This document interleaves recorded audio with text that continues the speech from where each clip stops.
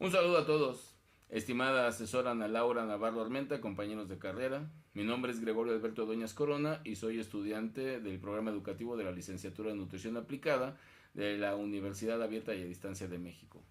Este video es con fines meramente académicos y es con el objetivo de que como estudiante pueda identificar las fuerzas políticas y las estrategias que se llevaron a cabo durante la revolución entre 1910 y 1917.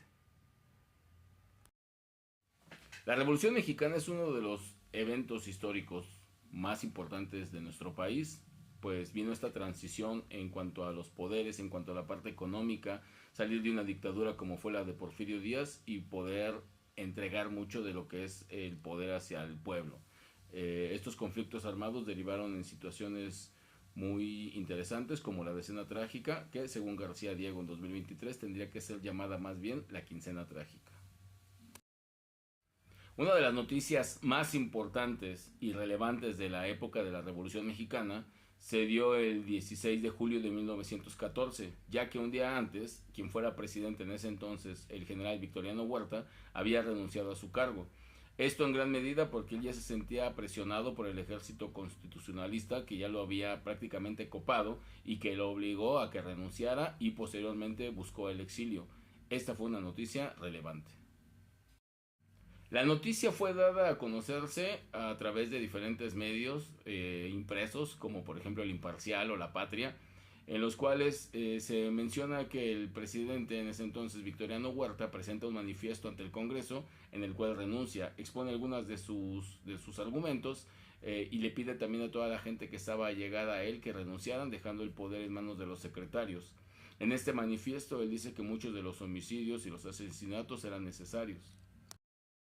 Ok, pero pongámonos un poco en contexto respecto a la Revolución Mexicana. La revolución se da como un movimiento armado en protesta y en conflicto por la presidencia ya de muchos años, prácticamente de 30 años de Porfirio Díaz.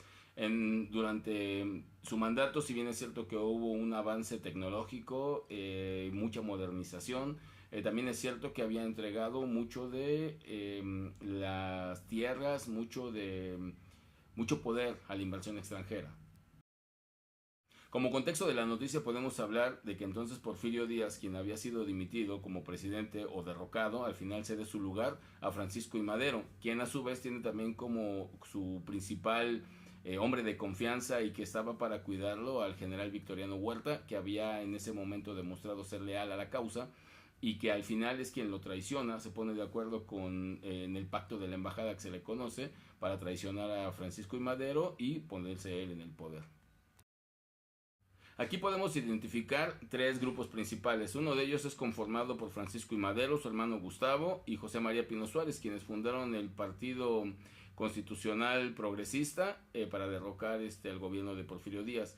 En el otro bloque también tenemos al Ejército Constitucionalista con Madero, con Carranza, con Villa, Obregón y Zapata. Y por otro lado también está el de Victoriano Huerta con Bernardo Reyes, Félix Díaz, que era sobrino de Porfirio Díaz, y el embajador de Estados Unidos. Se logra identificar también que en aquel entonces la opinión pública o los periódicos estaban totalmente divididos, muy polarizados. Por un lado estaba El Imparcial, por ejemplo, que era uno de los diarios que estaban totalmente apoyando al gobierno, así como La Patria. Y había algunos otros que también hacían crítica o incluso hasta mofa del gobierno. Uno de ellos era El Hijo del Aguizote y fueron algunos diarios que presentaban generalmente las noticias respecto a la Revolución Mexicana. Pero claro que se puede identificar que muchos de estos diarios no decían. Ok, a manera de cierre podemos concluir que el México de la época revolucionaria pues estaba totalmente dividido en dos polos, dos fuerzas políticas opuestas. Por un lado estaba quienes aún deseaban que los mexicanos o el pueblo tuviera un mejor ingreso económico y por otro lado quienes querían seguir teniendo el poder, incluso apoyados por algunas fuerzas políticas extranjeras como en el caso del embajador Henry Lane Wilson. Gracias, este es mi video, un abrazo.